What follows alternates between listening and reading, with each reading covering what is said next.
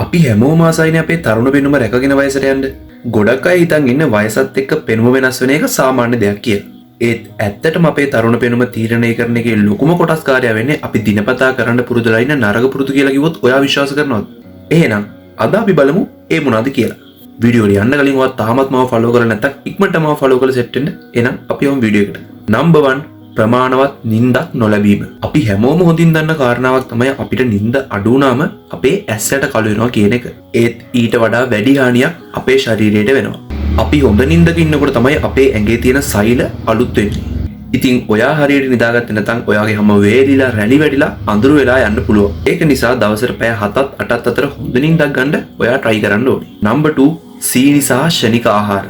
මේකෑම අපිට රසට කන්න තිබුණට මේවා අපේ තරුණ පෙනුමට වස විස වගේ. සීනි වැඩිපුර අපේ ශරීරයට එකතු කරගත්තම අපේ සමේ තියෙන ප්‍රෝටීන් එක්ක සීනි එකතු වෙලා ග්ලයිකේෂන් කියන ක්‍රියාවලිය සිද්ධ වෙන්න පටන් ගන්නවා. ඉතින් මෙන්න මේ ක්‍රියාවලිය නිසා කොලජන් සහ ඉලාස්ටික් තන්තු දුර්වල වෙලා හැමේ තියෙන වයස්ගත පෙනුම ඉක්මනටම පේන්න පටන් ගන්නවා. නම්බර් 3 හිරු එළියෙන් ආරක්ෂා නොවීම. ගොඩක් අය හිතන් ඉන්නේ අවුරස්නේ තියෙන්නේ ගෙදරින් එළියට ගියාම විතරයි කියලා. හිරු එළියේ තියෙන UV කිරණ කොලජන් වලට හානි කරලා දුඹුරු පාට ලප ඇති කරලා හැමේ ඉක්මනින් රැලිය ඇතිවීමට ප්‍රධාන හේතුවක් වෙනවා. නම්බර් 4 ධූම්පානය සහ මත්ද්‍රව්‍ය භාවිතය.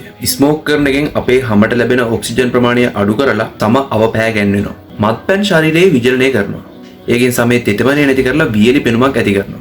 ඉතින් මේ පුරුදු වෙනස් කරගන්න ටිකක් අමාරු වුණත් අපේ තරුණ පෙනුම දිගු කාලයක් ආරක්ෂා කරගන්න නම් අද ඉඳන්ම මේ නරක පුරුදු නවත්තන්න try කරන්න. එහෙනම් මේ වීඩියෝ එක වටිනවා කියලා හිතනවා නම් කමෙන්ට් කරන්න, ලයික් කරන්න, ඒ වගේම ෂෙයා කරන්න අමතක කරන්න එපා. එහෙනම් good luck.